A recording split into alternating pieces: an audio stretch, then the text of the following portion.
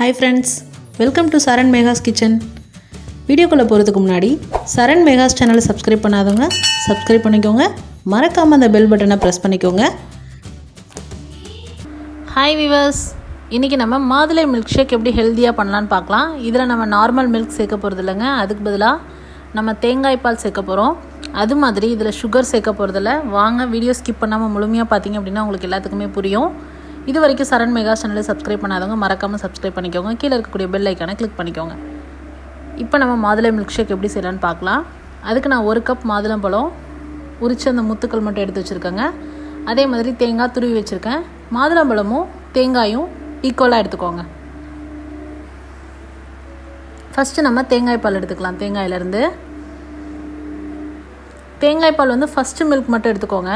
கொஞ்சம் நல்லா திக்காக மிக்சியில் விட்டு கொஞ்சமாக தண்ணி விட்டு நம்ம அரைச்சி எடுத்துக்கிறோம்.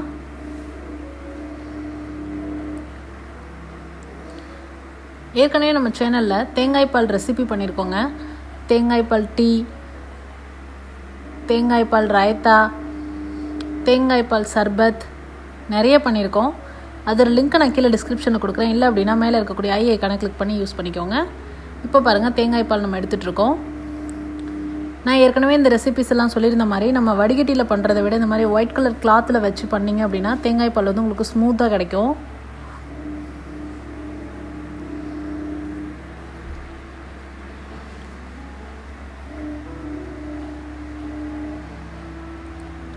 அவ்வளோதாங்க, நம்ம மில்க் ஷேக் தயார் பண்ணுறதுக்கான மில்க் வந்து ரெடி ஆகிடுச்சு. சூப்பராக தேங்காய் பாலில் அவ்வளோ நல்ல நல்ல நல்ல ஹெல்த் பெனிஃபிட்ஸ் நிறைய இருக்குங்க. ரொம்ப நல்லது உடம்புக்கு. அடுத்ததாக தேங்காய் பால் யூஸ் பண்ணி நம்ம மாதுளை மில்க் ஷேக் எப்படி போடலான்னு பார்க்கலாம். அடுத்ததாக அதே ஜாரில் அந்த 1 கப் நம்ம க்ளீன் பண்ணி வச்சுருக்க மாதுளம்பழத்தை போட்டுக்கலாம். கொஞ்சமாக தண்ணி விட்டு இதிலேருந்து ஜூஸை ஃபஸ்ட்டு எக்ஸ்ட்ராக்ட் பண்ணுங்க.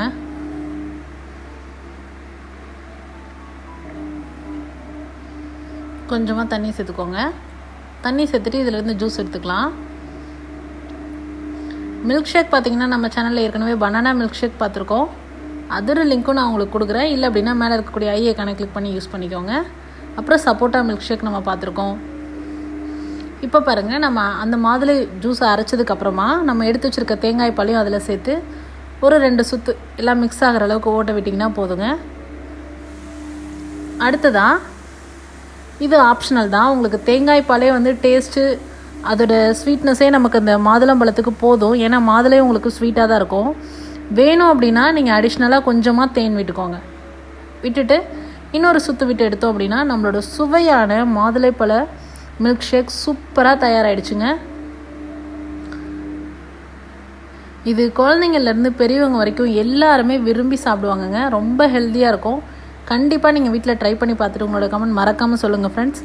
ஹெல்த்தியாக எல்லாமே ஹெல்த்தியாக ஃபாலோ பண்ணுறவங்களுக்கு இந்த வீடியோ கண்டிப்பாக ரொம்ப ரொம்ப யூஸ்ஃபுல்லாக இருக்கும்.